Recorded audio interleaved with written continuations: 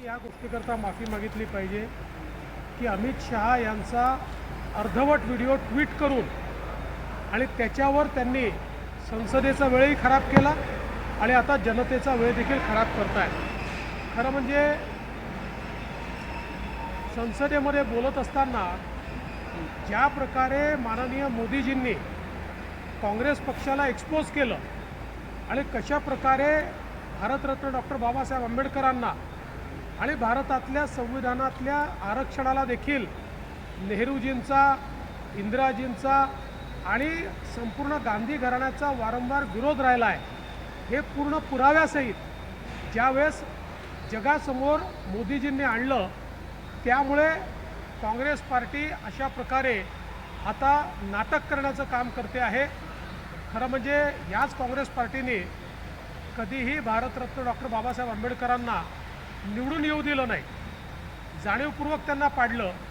आणि एवढंच नाही तर अगदी भारतरत्न डॉक्टर बाबासाहेब आंबेडकरांचं ज्या ठिकाणी महापरिनिर्वाण झालं त्या इंदू मिल, तिथे इंदू मिलच्या जागेवर स्मारक व्हावं याकरता इतके वर्ष आंदोलनं करावी लागली, पण सुईच्या टोका एवढी जमीन देखील काँग्रेसच्या सरकारने दिली नाही। पण मोदीजी प्रधानमंत्री झाल्यानंतर आणि मी मुख्यमंत्री झाल्यावर त्यांच्याकडे गेलो, 3 दिवसामध्ये 2000 कोटी रुपयाची जमीन ही राज्य सरकारला दिली आणि आता त्या ठिकाणी स्मारक होत आहे। लंडनमध्ये ज्या ठिकाणी बाबासाहेब शिकले त्या ठिकाणी ते घर लिलावात निघालं होतं। काँग्रेसच्या सरकारकडे अनेक संघटनांनी मागणी केली की हे घर लिलावात जाऊ देऊ नका, त्यांनी लक्ष दिलं नाही। पुन्हा आमचं सरकार आल्यानंतर ते घर आम्ही घेतलं। महू असो, दीक्षाभूमी असो, अलीपूर रोड असो, प्रत्येक ठिकाणी भारतरत्न डॉक्टर बाबासाहेब आंबेडकरांच्या स्मृती जपण्याचं काम हे मोदी सरकारने आणि भाजपने केलेलं आहे। काँग्रेसला फक्त त्यांचं नाव वापरायचं आहे आणि त्यांचं नाव वापरून राजकारण करायचं आहे, मात्र कुठलाही सन्मान हा कधीही त्यांना काँग्रेसने दिलेला नाही, भारतरत्न देखील काँग्रेसने दिलेला नाही, हे या ठिकाणी स्पष्टपणे सांगू इच्छितो। देखिए, कांग्रेस पार्टी ने पहले तो इस बात की माफ़ी मांगनी चाहिए कि गृह मंत्री अमित शाह जी का जो पूरा बयान था उसको आधा काटकर उन्होंने उस पर राजनीति की, संसद का भी समय उसमें खराब किया। अब जनता में भी झूठी बातें लेकर वो जा रहे हैं। परिस्थिति ऐसी है कि संसद में भाषण के दरमियान आदरणीय प्रधानमंत्री मोदी जी ने जिस प्रकार से कांग्रेस को एक्सपोज किया, कैसे कांग्रेस ने और नेहरू जी, इंदिरा जी, राजीव जी से लेकर सोनिया जी तक, राहुल जी तक, कैसे लगातार कांग्रेस पार्टी ने और उसके नेताओं ने संविधान का अपमान किया, आरक्षण को नकारा, ये सारे एविडेंसेस उन्होंने देने के बाद एक प्रकार से कांग्रेस बौखलाई और बौखलाहट में इस प्रकार का काम कांग्रेस कर रही है।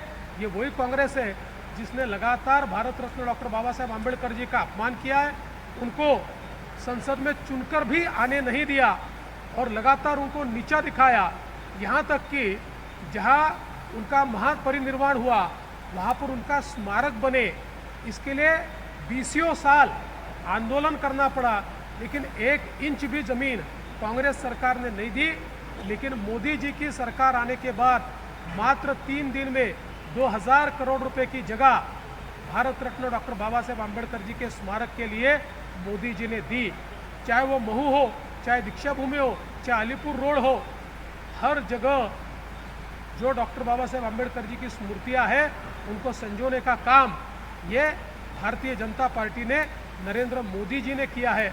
और लंदन में जहाँ पर डॉक्टर बाबा साहेब आंबेडकर पढ़े वो घर एक प्रकार से लीलाव में जा रहा था और लगातार सारे के सारे आंबेडकर जी के अनुयायी ये कह रहे थे कि इसको सरकार ने खरीद लेना चाहिए, लेकिन कांग्रेस सरकार ने उसको सिरे से नकार दिया।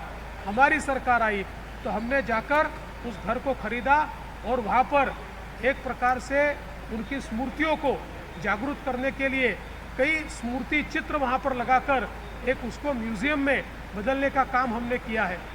तो अगर आप देखें तो कांग्रेस का इतिहास ये बाबा साहब को नकारने का इतिहास है, उनका अपमान करने का इतिहास है। और बीजेपी का इतिहास ये संविधान के साथ और भारत रत्न डॉक्टर बाबा साहेब आंबेडकर जी के साथ रहने का हमारा इतिहास। सुप्रिया ताईंनी म्हटलं की महाराष्ट्रात भीती वाटते राहायला बीड आणि परभणीच्या घटनांमुळे। मला असं वाटतं की महाराष्ट्र हा देशातल्या कुठल्याही राज्यापेक्षा सेफ राज्य आहे।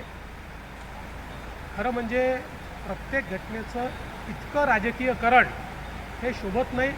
त्यांना केवळ राजकारण करायचं आहे, त्यांना जाती जातीमध्ये विद्वेष तयार करायचा आहे, तेवढंच त्यांचं काम आहे। 8,500 गावांपैकी 6,150 गावांची अंतिम जी आणेवारी आली आहे ती ओल्या दुष्काळाच्या दृष्टीने मागणी होत आहे।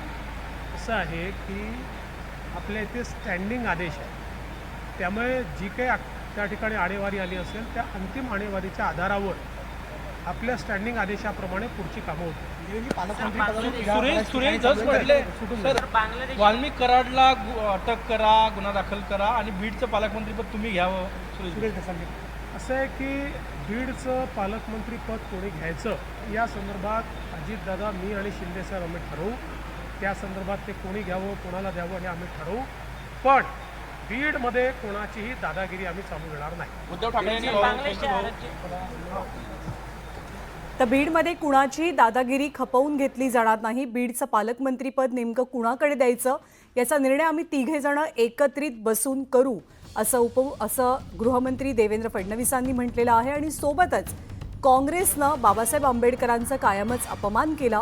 डॉक्टर बाबासाहेब आंबेडकरांना काँग्रेसनं भारतरत्न दिला नाही, त्यामुळे आत्ता अमित शहांच्या वक्तव्यावरनं काँग्रेस जी आंदोलनं करते ते काँग्रेसचं केवळ एक नाटक असल्याची टीका राज्याचे मुख्यमंत्री देवेंद्र फडणवीसांनी केली आहे।